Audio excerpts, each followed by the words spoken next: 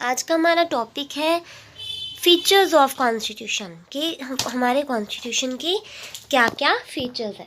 Indian constitution जो है एक यूनिक है, मोस्टली जो है इसमें बोरो किया हुआ है किसी से कुछ और किसी से कुछ जैसे कि फंडामेंटल राइट्स जो हमने यूएसए से फॉलो किए हैं, ऐसे बहुत सारी चीज़ें जो हमने दूसरों से फॉलो की हैं। लेकिन इसमें टाइम टू टाइम जो है अमेंडमेंट्स होती रहती हैं, होती रही हैं, जैसे कि 7th amendment, 42nd amendment, 44th amendment, 74th और 97th अमेंडमेंट। ये जो बहुत इंपॉर्टेंट अमेंडमेंट्स हुई हैं, जो 42nd अमेंडमेंट थी उसे मिनी कॉन्स्टिट्यूशन भी कहा जाता है, ठीक है। और केशवानंदा भारती के इसमें जो उन्होंने कहा था कि constituent power of Parliament under Article 368 does not enable it to change the basic structure of the Constitution। किसमें कहा था कि बेसिक जो स्ट्रक्चर है वो चेंज नहीं होगा। तो इस तरीके से अमेंडमेंट्स तो होती हैं, कुछ चेंजेस होती हैं, लेकिन हम बेसिक स्ट्रक्चर जो है वो चेंज नहीं करते, ठीक है। इसके क्या फीचर्स हैं? लेंथीएस्ट है। कैसे लेंथीएस्ट है? जैसे अमेरिकन कॉन्स्टिट्यूशन में तो सिर्फ 7 आर्टिकल्स हैं, लेकिन हमारे इंडिया में बहुत आर्टिकल्स हैं, जैसे कि 395 आर्टिकल्स हैं, 8 स्केड्यूल्स हैं। ये तो पहले थे जब बना था। अब जो है 2016 के अकॉर्डिंग इसमें 465 आर्टिकल्स थे और 12 स्केड्यूल्स थे, ठीक है। तो आगे आगे जो है इसके आर्टिकल्स भी बढ़ते गए। इसमें जोग्राफिकल फैक्टर्स भी आते हैं, अपनी कंट्री के बारे में बताते हैं, डाइवर्सिटी के बारे में हमें जानकारी मिलती है, ठीक है। हिस्टोरिकल फैक्टर्स भी आते हैं, जैसे कि हमें government of Indian act of 1935 पढ़ा कि कैसे उनसे प्रभावित होकर जो है उन्होंने हमारे कॉन्स्टिट्यूशन में भी कुछ एडिशंस की। Single constitution for both the centre and the state except Jammu and Kashmir. लेकिन अब तो नहीं है, अब तो जम्मू एंड कश्मीर के लिए भी जो है एक ही कॉन्स्टिट्यूशन है। The constitution contains not only the fundamental principles of governance. इसमें जो है सिर्फ फंडामेंटल प्रिंसिपल्स ही नहीं है, लेकिन कुछ प्रोविजंस भी हैं। Further those matters which in other modern democratic countries have been left to the ordinary legislation और established political conventions। तो इसमें कुछ कन्वेंशंस भी हैं, ठीक है। कॉन्स्टिट्यूशन डॉक्यूमेंट है इंडिया का इटसेल्फ अपना ही। आगे उन्होंने बात किया ड्रॉन फ्रॉम वेरियस सोर्सेज, अलग अलग चीज़ों से जैसे उन्होंने बोरो किया है। जैसे मैंने पहले बताया था कि फंडामेंटल राइट्स उन्होंने अमेरिका से लिए हैं, डीपीएसपी भी उन्होंने अमेरिका से ही लिया है, ठीक है। फिर उसके बाद यूएसएसआर से उन्होंने भी बहुत कुछ लिया है, कनाडा से भी, जापान से भी, अलग अलग चीज़ें जो उन्होंने फॉलो की है। तो मोस्टली जो है 1935 गवर्नमेंट एक्ट के इन्फ्लुएंस पर जो है हमारा कॉन्स्टिट्यूशन बना है। Blend of rigidity and flexibility, मतलब कि फ्लेक्सिबिलिटी भी है कि हम अमेंडमेंट कर सकते हैं, लेकिन रिजिडिटी भी ये है कि हम बेसिक स्ट्रक्चर जो है अमेंडमेंट का वो चेंज नहीं कर सकते, ठीक है। दो तरह की है। Some provisions can be amended by special majority, कुछ जो है अमेंड कर सकते हैं स्पेशल मेजोरिटी से, ठीक है। 2/3 मेजोरिटी हो तो हम उसे चेंज कर सकते हैं। अदर प्रोविजन जो है वो can be amended by a special majority of the parliament and with the ratification by half of the total states। पूरी states के special majority से change कर सकते हैं, जो कि कई बार नहीं होता। At the same time, some provisions of the constitution can be amended by a simple majority, और कई बार तो सिंपल मेजोरिटी से जो है वो चेंज हो जाता है। लेकिन जो 368 आर्टिकल है वो अमेंडमेंट के अंडर नहीं आता। नेक्स्ट है federal system with unitary base. Federal system है और यूनिटरी बेस है। कैसे? The constitution of India establishes a federal system of government. हमारे इंडियन कॉन्स्टिट्यूशन का फेडरल सिस्टम है, ठीक है। It contains all the usual features of the federation, जैसे कि 2 गवर्नमेंट्स हैं, डिवीजन ऑफ पावर्स है, रिटन कॉन्स्टिट्यूशन है, सुपरमेसी ऑफ कॉन्स्टिट्यूशन है, रिजिडिटी है इसमें, इंडिपेंडेंट जुडिशरी और बाइकैमरलिज्म है। However, Indian Constitution also contains a large number of unitary और non-federal actors। लेकिन अब ये यूनिटरी कैसे है? स्ट्रॉन्ग सेंटर है, सिंगल कॉन्स्टिट्यूशन है, सिंगल सिटीजनशिप है, फ्लेक्सिबल ऑफ कॉन्स्टिट्यूशन है, फ्लेक्सिबिलिटी है कॉन्स्टिट्यूशन की, इंटीग्रेटेड जुडिशरी है, appointment of state governor by the centre, governor जो है उसकी अपॉइंटमेंट किसके थ्रू होती है, सेंटर के थ्रू। ऑल इंडिया सर्विसेज होती हैं इसमें, एमरजेंसी प्रोविजंस होती हैं, ये सब क्या है, यूनिटरी फैक्टर्स हैं। आर्टिकल 1 में भी कहा गया है कि इंडिया जो है एक यूनियन ऑफ स्टेट्स है, इसीलिए भी जो है इसमें यूनिटरी फैक्टर जो है आ जाता है। Next is parliamentary form of government. अब पार्लियामेंट्री फॉर्म ऑफ कैसे है, the constitution of India has opted by the British parliamentary system of government rather than the American presidential system of government. जो हमारा constitution है वो British parliamentary system से opt किया गया है, ना कि अमेरिकन प्रेसिडेंशियल सिस्टम से। The parliamentary system is based on the principle of cooperation and coordination. इसमें जो है हमारे 3 ऑर्गन्स हैं, लेजिस्लेटिव, एग्जीक्यूटिव और जुडिशरी। उनमें क्या है, कॉपरेशन और कोऑर्डिनेशन है। पार्लियामेंट्री सिस्टम को वेस्टमिंस्टर मॉडल भी कहा जाता है, ठीक है। इसमें क्या होता है, नॉमिनल और रियल एग्जीक्यूटिव की प्रेजेंस होती है, मेजॉरिटी पार्टी रूल होता है, कलेक्टिव रिस्पॉन्सिबिलिटी होती है, ठीक है, लेजिस्लेचर की और एग्जीक्यूटिव की। Membership of the minister in the legislature में मेंबरशिप होती है। Leadership of the prime minister की लीडरशिप होती है, चीफ मिनिस्टर की भी लीडरशिप होती है, और लोकसभा जो है इसमें डिसॉल्व कर सकते हैं, उसकी भंग कर सकते हैं, ठीक है। Next is synthesis of parliamentary sovereignty and judicial supremacy. The doctrine of sovereignty of parliament is associated with the British Parliament, while the principle of judicial supremacy with that of American Supreme Court. सोवेंटी जो है वो British parliament से लिया गया है, लेकिन अगर हम बात करें जुडिशियल सुप्रीमेसी की तो ये जो है अमेरिकन सुप्रीम कोर्ट से लिया गया है। Indian parliamentary system differ from the British system. The scope of judicial review power of the Supreme Court in India is narrower than that of what exists in US. Judicial review जो judicial review है वो इसमें थोड़ा narrower है, जो US से है उनमें ब्रॉडर है। This is because the American Constitution provides for due process of law against that of procedure established by law contained in the Indian Constitution. Therefore, the framers of the Indian Constitution have preferred a proper synthesis between the British Parliamentary sovereignty and the American principle of judicial supremacy. ठीक है, तो इसीलिए जो है Indian constitution में British की parliamentary सोवेरेंटी ली गई है और अमेरिकन की जुडिशरी सुप्रीमेसी ली गई है। Next is integrated and independent judiciary. हमारे जो है जुडिशरी इंडिपेंडेंट हैं, जैसे कि 3 ऑर्गन्स हैं, लेजिस्लेचर, एग्जीक्यूटिव और जुडिशरी। लेकिन जो जुडिशरी है, लेजिस्लेचर है या एग्जीक्यूटिव है, ये इंडिपेंडेंट है अपने वर्क्स के लिए, ठीक है। जैसे कि इसके लिए सबऑर्डिनेट कोर्ट्स भी हैं, डिस्ट्रिक्ट कोर्ट्स भी हैं और लोअर कोर्ट्स भी हैं, ठीक है। हायर कोर्ट है, सुप्रीम कोर्ट है। सुप्रीम कोर्ट जो है मेन टॉप पे होता है, उसके बाद हाई कोर्ट होता है। हाई कोर्ट के बाद जो है सबऑर्डिनेट कोर्ट्स आते हैं और उसके बाद डिस्ट्रिक्ट कोर्ट्स, फिर कुछ लोअर कोर्ट्स आ जाते हैं, ठीक है। तो इसमें क्या है, अपने कोई भी फंडामेंटल राइट्स हैं उसका एक तरह का ये गारंटर है, सिक्योरिटी प्रोवाइड करता है। जजेस की भी सिक्योरिटी होती है, उनका टेन्योर होता है, ठीक है। तो उन्हें कंसोलिडेटेड फंड ऑफ इंडिया से जो है दिए जाते हैं इनकम। नेक्स्ट है हमारा फंडामेंटल राइट्स। फंडामेंटल जो राइट्स हैं हमारे, पार्ट 3 है इंडियन कॉन्स्टिट्यूशन का। इसमें जो है सबसे पहला है राइट टू इक्वालिटी, जो कि आर्टिकल 14 से लेके 18 तक है। नेक्स्ट है हमारा राइट टू फ्रीडम, जो कि 19 से 22 तक है। फिर है हमारा राइट अगेंस्ट एक्सप्लॉयटेशन, जो कि आर्टिकल 23 से 24 तक है।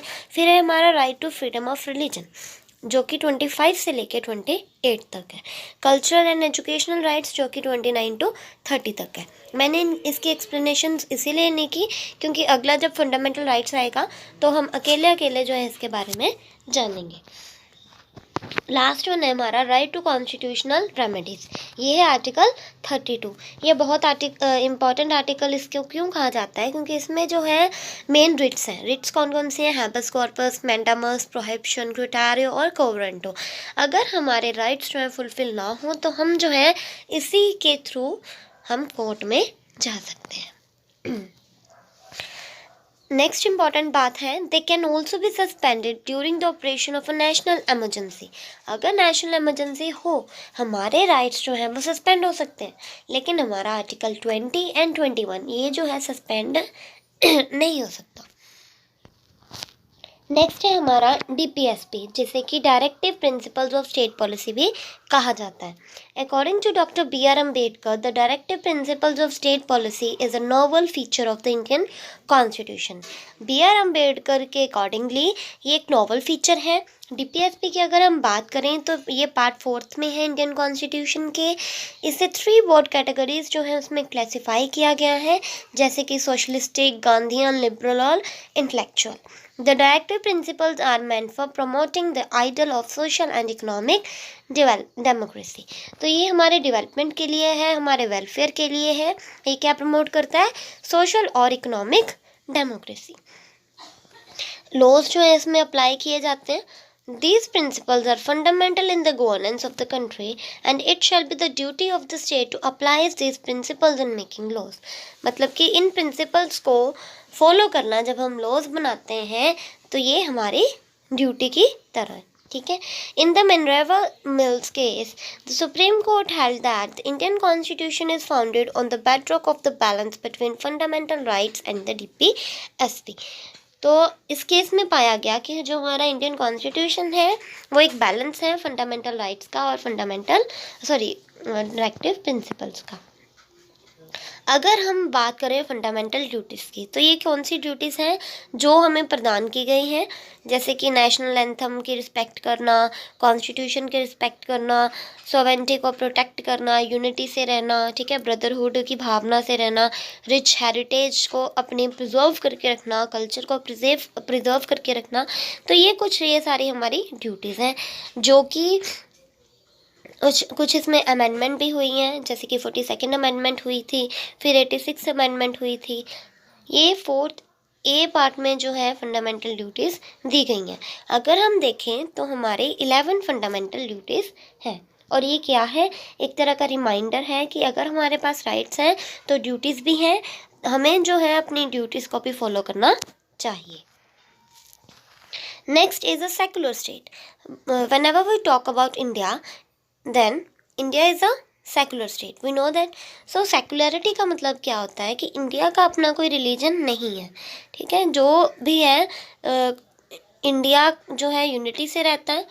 कोई भी गवर्नमेंट का, इंडिया में अलग अलग तरीके के धर्म है, लेकिन अगर हम बात करें गवर्नमेंट का, तो गवर्नमेंट का अपना कोई धर्म नहीं है। इसमें सभी धर्म जो है वो समान है और धर्मनिरपेक्ष देश है, ठीक है।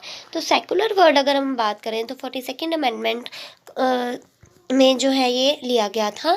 हमने पहले भी बात की थी, 3 वर्ड्स लिए गए हैं 42nd अमेंडमेंट में, और वो याद रखना कौन कौन से थे? सोशलिस्ट, सेकुलर और इंटीग्रिटी, ठीक है। और फिर प्रेम्बल क्या करता है? सिक्योर करता है सभी सिटीजन्स को, उसके लिबर्टी देता है बिलीफ की, फेथ की और वर्शिप की। जैसे कि हमारा आर्टिकल 14 भी है, उसमें क्या कहा गया है? इक्वालिटी होनी चाहिए। आर्टिकल 15 में भी कहा गया है कि डिस्क्रिमिनेशन नहीं होनी चाहिए। आर्टिकल 16 क्या है? इक्वल अपॉर्चुनिटीज़ होनी चाहिए। आर्टिकल 25 क्या है कि हमें किसी भी रिलीजन को ऑप्ट करने के लिए हम इक्वल हैं, तो किसी भी तरीके की रिस्ट्रिक्शन नहीं होनी चाहिए। आर्टिकल 26 क्या है? एवरी रिलीजियस डोमिनेशन और any of its section shall have the right to manage its religious affairs. कोई भी रिलीजियस डोमिनेशन जो है वो फ्री है, अपने उसको राइट है कि वो मैनेज कर सके अपने रिलीजियस अफेयर्स को, ठीक है। आर्टिकल 27 है, no person shall be compelled to pay any tax. हम किसी भी व्यक्ति को किसी भी रिलीजन के लिए, पर्टिकुलर रिलीजन के प्रमोशन के लिए टैक्स देने के लिए कंपेल नहीं कर सकते। No religious instruction shall be provided in any educational institution. Article 28 है कि किसी भी एजुकेशनल इंस्टीट्यूशन में कोई भी रिलीजियस इंस्ट्रक्शन नहीं दी जाएगी। आर्टिकल 29 है, any section of the citizen shall have the right to conserve its distinct language, script और कल्चर। तो सभी सिटीजन जो है उसको राइट है अपनी अलग लैंग्वेज जो है उसे कंजर्व करें, स्क्रिप्ट और कल्चर को रिजर्व करके रखें। All minorities shall have the right to establish and administer educational institution of their choice. तो माइनॉरिटीज़ जो है वो इस्टेब्लिश कर सकती हैं अपने एजुकेशनल इंस्टीट्यूशंस अपनी चॉइस की। आर्टिकल 44 भी है यूसीसी, जिसे कि यूनिफॉर्म सिविल कोड भी कहा जाता है, कि उन्हें सिक्योर करके रखें। Hence, the Indian Constitution embodies the positive concept of secularism, giving equal respect to all religions और protecting all religions equally. तो ये क्या करते हैं, सभी religions को equally protect करते हैं, ठीक है. इसमें रिजर्वेशन के लिए सीट्स भी दी गई हैं SC/ST ट्राइब्स के लिए, जिनके साथ पहले डिस्क्रिमिनेशन होती थी, ठीक है. Next is universal adult franchise. ये तो हम सभी को पता है कि कोई भी व्यक्ति जो है 18 ईयर से लेस एज का है तो वो वोट नहीं डाल सकता. यूनिवर्सल एडल्ट फ्रेंचाइज में जो 18 या 18 से अबव है उन्हें राइट टू वोट है, ठीक है. Voting age was reduced to 18 year from 21 years in 1989. 61st amendment हुई थी 1988 में, ठीक है. फिर बाद में 1989 में 21 ईयर से रिड्यूस करके जो मिनिमम एज रखी थी उन्होंने वो 18 कर दी थी. Next is single citizenship. ऊपर भी हमने पढ़ा कि ये क्या है, सिंगल सिटीजनशिप है यहाँ पे. जैसे कि यूएसए में है, यूएसए में ड्यूल सिटीजनशिप होती है, लेकिन इंडिया जो है उसमें सिंगल सिटीजनशिप प्रोवाइड होती है. अगर एक व्यक्ति भारतीय नागरिक है तो उसे सिटीजनशिप तो मिलेगी, वो सिंगल सिटीजनशिप ही होगी. Next is independent bodies. अब ये क्या है, the Indian constitution not only provide for the legislative, executive and judicial organ of the government but also establish certain independent bodies. और इसमें कुछ इंडिपेंडेंट बॉडीज भी हैं. Election commission to ensure free and fair election to the parliament. इसमें जो है election commission जो है वो बनाई गई है ताकि पार्लियामेंट के फ्री एंड फेयर इलेक्शंस हो सकें. The office of the president of India and the office of vice president of India, ये भी जो है उनके लिए जो है इलेक्शंस होते हैं, प्रेसिडेंट के लिए, वाइस प्रेसिडेंट के लिए. Controller and auditor general of India to audit the accounts. हमारे अकाउंट्स को ऑडिट करने के लिए यहाँ पे CAG है. Union public service commission to conduct examinations. UPSC जो है उसके एग्ज़ाम्स उन्होंने रखे हुए हैं रिक्वायरमेंट करने के लिए. स्टेट पब्लिक सर्विस कमीशन जो है वो भी स्टेट एग्जामिनेशन कंडक्ट करवाते हैं. Next is emergency provisions. अब एमरजेंसी प्रोविजंस क्या है, जब भी एमरजेंसी हो तब के लिए उन्होंने बनाई हुई है.